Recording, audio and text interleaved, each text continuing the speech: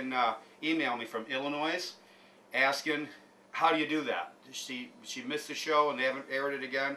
Actually, I emailed her the recipe for that, and I put it back up on my my web page so that you can copy and paste. Because that, that's awesome. A lot of people like that during the holidays to snack on. So we like it for the hunting camp. So I'm going to do up a batch real quick. It takes about a week, to set in the vinegar solution and everything in the refrigerator. But then it's going to be ready. So I'm going to throw that together real quick. And I've done a show on this before, but you're going to need your kielbasa. I'm going to throw a hot pepper in there, habanero, and just a regular pepper in there. You can throw chili pepper in, habanero in. All depends on your flavor. And I'm going to fill this bucket right up here, this gallon jar. So let me show you how to do that real quick. Now what I'm going to do here real quick is I'm going to fill this jar up with pieces of kielbasa. And I'm going to cut these pieces of kielbasa about 4 inches long. That way they'll be about like that. So I'm going to go ahead and cut all this up, take it out of the wrapper, cut it up. And I'm going to fill this jar up to about there. Right about there. Just leave a little bit of brine on the top so that it can breathe. Okay, I'm going to go ahead and do that, and then we'll mix up the solution. Alright, now I've cut my kielbasa up, I've filled my jar. I know exactly how many are fitting in my jar. What needs to happen is these go back into a pan, and they have got to boil for 3 minutes. 3 minutes. So I'm going to put cold water in these, I'm going to put a top on them, and I'm going to keep an eye on them. I'm going to bring them up to a boil. Once they get to a boil, I'm going 3 minutes, and I'm taking them right off, and they go right back in that jar, and then we'll make our brine. So let's get the water into this. And alright, in another gallon bucket, while the mixture is coming up to a boil, we're going to put a half gallon of white vinegar. In a gallon bucket, I'm using a little plastic bucket, I'm going to put half solution vinegar, and then the other half will be spring water. I like to use nice fresh spring water. Okay, so back home I used to get this right from the mountain, pipe coming right out of the mountain. So I'm going to, the other half goes in there just like that. Okay, now what we're going to do is, I chopped up some garlic. I got one garlic. I got like 4 pieces because I used a big garlic. I'm going to throw them right in there, okay? I am going to put a PapaTuck paw of red pepper right in that solution. Okay, now what's going to happen here is I'm going to bring this to a boil. And actually, we can throw a little bit more crushed garlic right in there too. Just like that. See? Actually got about a tablespoon of crushed garlic in there. I threw a cube. I cubed it up with a whole when I threw that in there. And I'm going to put these in after. I'll show you that in a minute.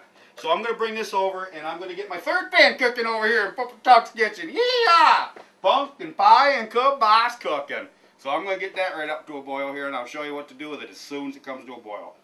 Now, when this solution comes to a boil, it's only 1 minute, and take it right off. Now I like the peppers in my pickled kielbasa, so what I'm going to do here, now that's coming up to a boil over there yet. It's not boiled yet. I'm going to poke a couple of fork holes in these babies. Not a lot, just enough to let the pepper breathe.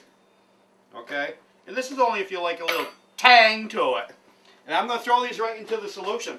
I'm going to throw them right in there and let them come up to a boil too. But it's only for 1 minute now, remember that. And I'll show you that in a minute. Alright, now while the kielbasa is cooking real quick, because that was just an extra that I did because we need it, I've started the oven. I preheating to 450. What I'm going to do is I'm going to grease these pie tins up just a little bit.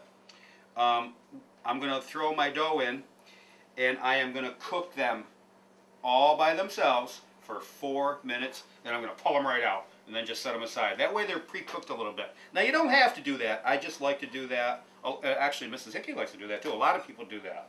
So basically all I'm going to do is throw a little butter in here, because I like to use a little butter. I'll throw that in there like that. I'm going to get all dirty. Just like that right there. And I'm just going to grease these up a little bit. Okay? Just like that. And I like to do this. And then I'm going to throw my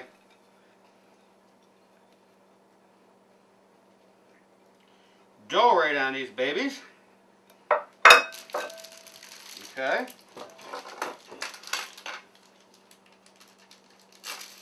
I like this Pillsbury.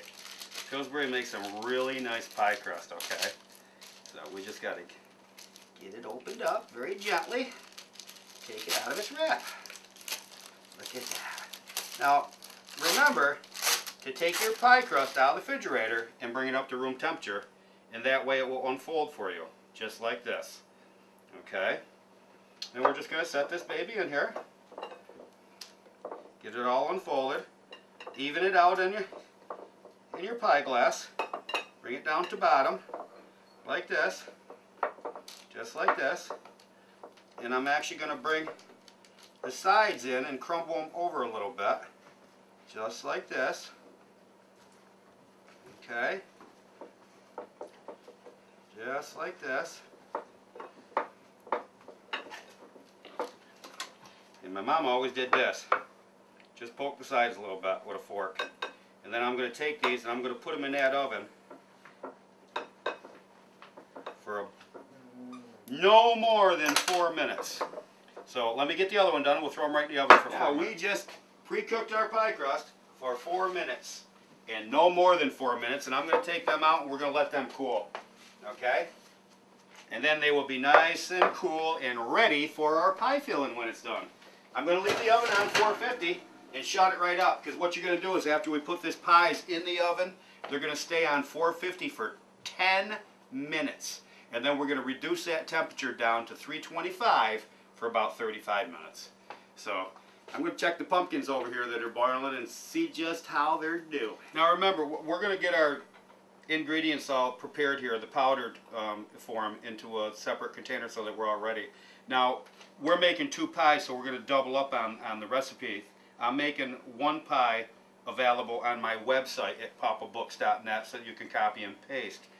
Okay, so this is all to taste. We're going to use about a pinch of ground clover, okay? So I'm actually going to use like 2 pinches of clover to this. There's 1. There's 2. That's for Mom and Dad. And then we're going to, it calls for 1 teaspoon. Let me check Mrs. Hickey's recipe out here just to be sure. Okay, and it's calling for, of course, the ginger, 1 teaspoon of ginger. So we're going to put 2 teaspoons of ginger, and it's calling for 1 teaspoon of cinnamon. So we're making 2 pies again. We're going to put 2 teaspoons of cinnamon in here. There's 1. There's 2. And then we're going to use just a little. Now the ginger is to taste actually. So we're going to put 2 of those in there. Now that's all set. Now we are going to add molasses to do this, but I'll do that when it's mixing, and I'll probably use it maybe a teaspoon or a tablespoon. We'll see how, to taste. Now we're going to want a 1/4 teaspoon of salt per pie. Okay. There's 1/4. There's 2/4. Okay, our dry mix is ready. Now I've got my eggs all set, and it's 2 eggs per pie. So I've got 4 eggs all set. So as soon as the pumpkins are ready, we'll start making our pie mix. All right, now the pumpkins, as you can see, are just about ready here. I'm going to take the meat out of them. Now I boiled these for 15-20 minutes, and they are ready. They are ready to pull the meat out of the skins, and they're very hot. I'm actually going to let them cool a little bit, but I wanted to show you. These are ready. And this is basically what they look like, okay? Very, very hot. I want these to cool a little bit. But all you're doing here is you're scooping the meat from the skin. And we're putting it into this little bowl over here. And like I say, these have got to cool. What we're after for these 2 pies is 2 cups of pumpkin without the skin per pie. So we're gonna scoop out 4 cups worth for 2 pies. Okay? So I'm going to let these cool a little bit before I do that, because you don't want to get burnt, especially if you're doing it with the kids. Really cool. So we'll let these cool and then we'll do that. You know what's really nice about this is it's like going right back down to earth. People don't do this anymore. Grandma used to do this for Thanksgiving. The holidays coming. Grandma would be in the kitchen making pumpkin pie and chocolate pie. And Grandma's not in the kitchen anymore. She's out the grocery store working. This economy sucks. Grandma has to work to pay the taxes. That's not right. Something's got to be done. But we'll let these cool and then we'll... Okay, now 1 small pumpkin about this size right here made 1 cup of ingredients.